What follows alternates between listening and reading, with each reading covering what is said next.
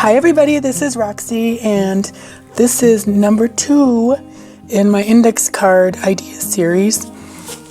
This is a really fun one. I'm making card catalog cards for my junk journals. This is for the Secret of the Old Clock. I made a bunch of these. Some of the books I have I'm going to turn into journals, and I've got that one, and then I've got The Secret of Shadow Ranch. And then I just found kind of synopsis of the book online and just typed that up. And then put the volume number as with that one. And then I've got Nancy's Mysterious Letter. I don't think I ever read that one. It doesn't sound familiar. So I'll have to read it. And of course, then I have number 9, The Sign of the Twisted Candles. Such good books. And then number 10, Password to Larkspur Lane. So, where did number 5 go? Oh, there it is. 5, 8. Did I do 2 of the Hidden Staircase? Yeah. So those are the ones I have that I purchased last year on Facebook Marketplace. I got them really cheap, so I don't mind cutting them up. But I'm too late for now, but I would have loved to collected all of her books, all 175. So anyways, now I'm going to be working on some cookbooks, journals, and some gardening journals. So for the cookbook journals, I love Betty Crocker. It's my favorite all time. In junior high, my sister has my mom's old Betty Crocker. It's from I think 1942, and it's well worn. And I've got not a repo, but I've got a thrifted one that's in pretty darn good shape. But anyways, so in junior high, we were in home ec, and to raise money for something, I don't know what it was, we sold Betty Crocker cookbooks, the one that came out that year. Of course, my mommy bought one, so I have hers. I have that one of hers. And then I've got like about 20 more different ones. Because they came out with like entertaining Betty Crocker cookbook. Someday I'll go through them all. They're pretty fun. Anywho, so I'm going to do a few Betty Crocker junk journals. And so this is a really fun book. I think it was written here because Betty Crocker, the company Gold Medal Flour, was started in Minneapolis. In fact, Minneapolis was the flour capital of the world in the late 1800s. And if you ever come to Minneapolis, there's a museum called Mill City Museum, and it's in some of the old flour mills that were there, right on Mississippi, near the Stone Arch Bridge, and it's the best tour ever. It's so cool. They have this really cool grain elevator that I'm not going to tell any secrets because it's amazing. Like the elevator itself, it's like a big stadium seating, and it's the original elevator. It's as big as a room. But anyways, you go up a floor, and they have like somebody over this loudspeaker telling you a story. And each floor is a different scenery of the old mill. As in, you could it's so cool. Like they have an office. I wasn't gonna tell you, but I'm telling you. They have like an office of like the manager or whatever, and everything is perfect. It's all vintage. It is so cool. Like I would just go up there all day if I could. Anyways, back to this. Sorry, you thought you were gonna learn this. Okay, so this is how I make these card catalog cards. I just start with, a little old post or index card. And I wanted to show this because this is my little trick. If you don't have a typewriter, I used a typewriter on all these. But I did this in case you don't have a typewriter. This is how you do. I showed this a couple months ago, and a lot of people didn't understand what I was talking about. And I didn't wasn't real clear on how to print it. But this is basically the printed document is right here. So you print that out, you type in your stuff. And I put my margin on my computer in my Word document at 1 inch. And then so we have this space. And then I type up to right under 4 inches on your ruler. But when you're going to print, this is important, don't forget. Go to your format. So go to format up on the top of your Word document. Go down to document. And then it's going to bring up all the margins of your page. And make sure that this one, the left margin is 1 inch. It's usually 1 1/4. So you make sure it's 1 inch. Otherwise, you're going to be way off.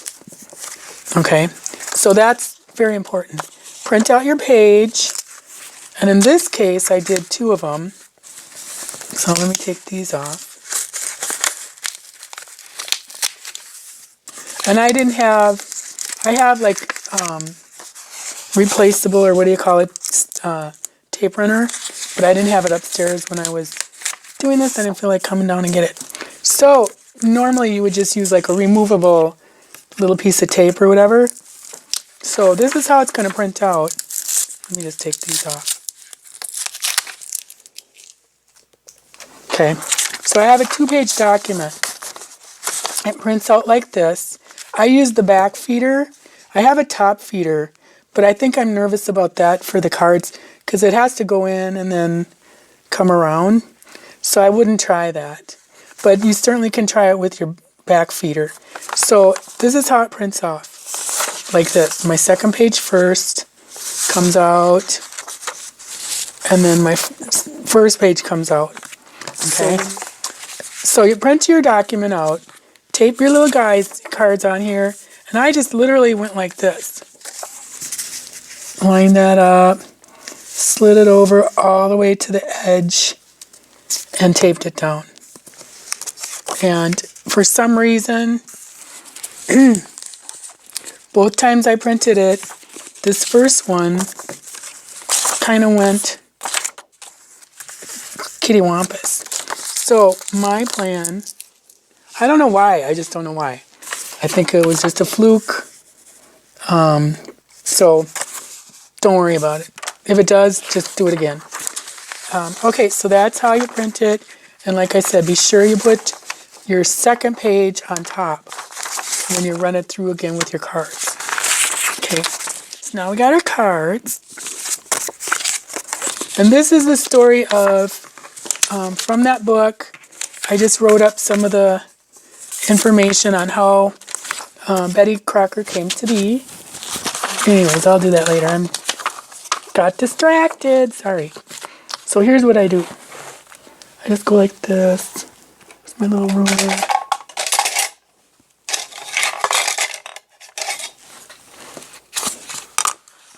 Take a red, I have a gel pen.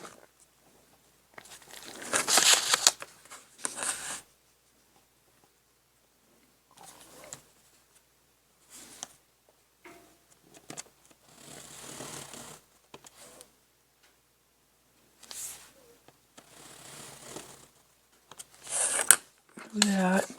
I like the imperfectness of it because back in the old days everything was printed by hand. It wasn't a computer, so things got a little more el natural, if you will. So just do all your lines. Don't forget the tape, and it does pull that off. Again, if you use removable tape, it's not going to be a problem like that. But yes, if you ever come to Minneapolis, that is like a must-do tour, especially if you like cooking and baking or just that kind of homemaking industry. And this book is really cute. Got because I got that at the the Minnesota Historical Society. So I think, I don't know if it's there. I don't know if they printed it. Doesn't matter, I guess. Okay, so we're going to do this. I'm going to go forward.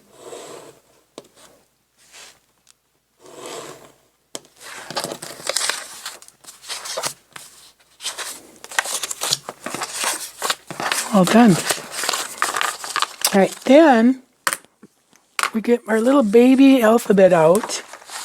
I love this. This is from Michael's a long time ago, and it's the best little set.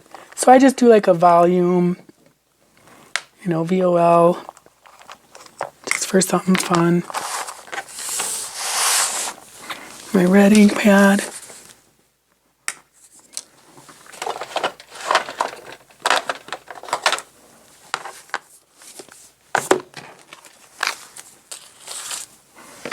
Get these out of the way.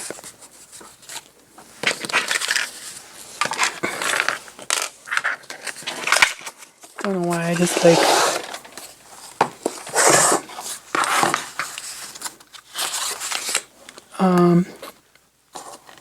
Okay. I think I'm going to stamp the numbers first.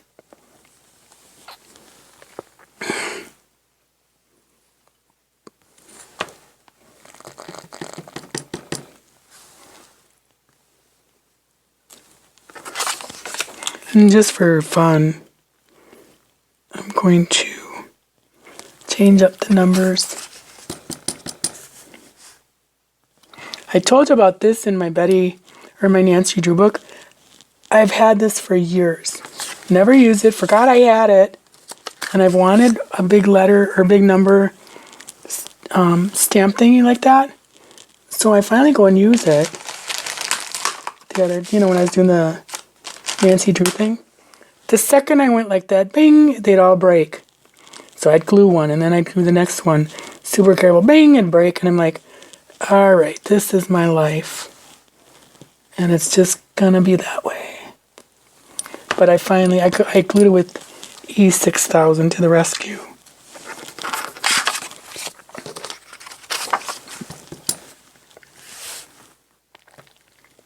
But it's awesome. Oops. See what I did? I was talking. Oh well. Nobody but me and you guys will know. Right? And you're not telling.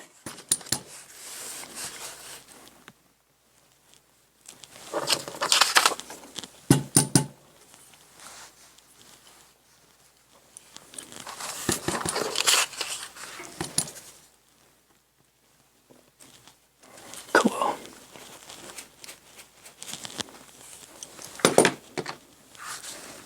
And I gotta do the L.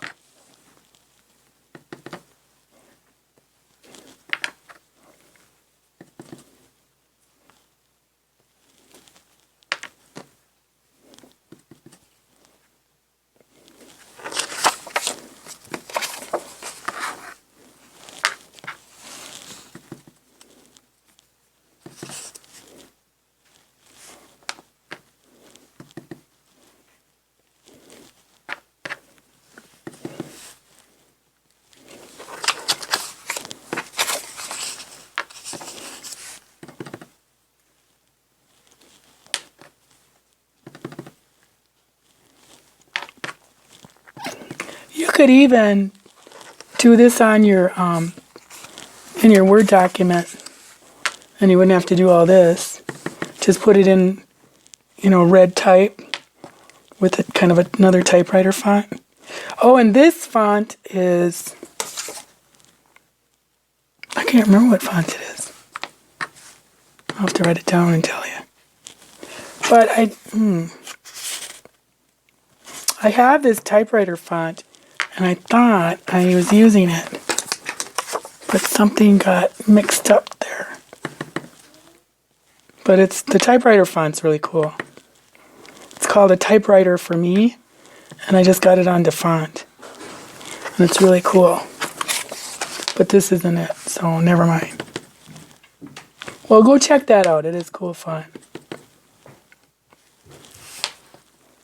Oh, look what I did. There. Always distracted. Okay. There's that. Then, for this one, or these, I used the Weir Memory Keepers circle punch, for the binding thing, but I'm going to do a different way this time. Okay, so now I want to put the little thing that the card catalog, remember the card catalogs? If you don't, I have a card catalog box here, or drawers here that I'll show, but there's it's kind of like the Rolodex or the memory decks where there's a pole in the middle and you put the card on it. So I want to decide what size hole I want. Then what you do, they're about the same, I think. That one's a cleaner one. Cleaner cut though.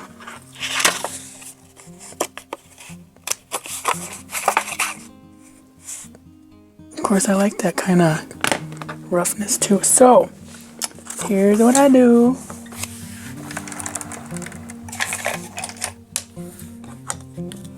So I got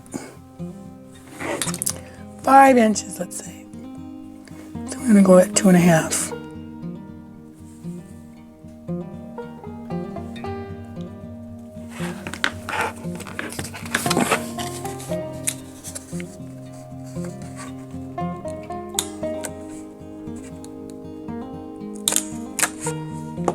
And then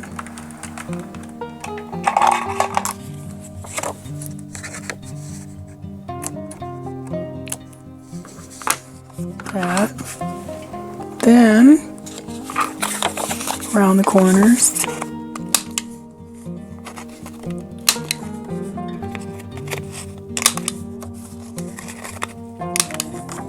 And there's your card catalog. Also,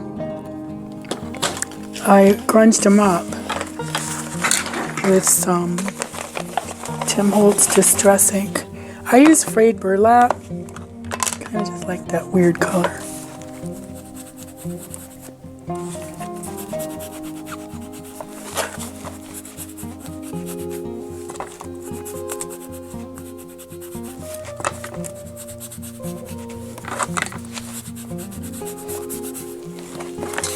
There you have it. That is how we do the card catalogs. And I think they turn out kind of cool. Fun for your journals. You can put anything on it. You can even use it for journaling. Like as you go, just kind of journal on here. Stick it, make the card catalog and stick it in a pocket. So I hope you give these all a try and watch for my next index card series number 3. Thanks so much for watching. And if you have any questions, leave a comment down below and I will get right back to you. Bye.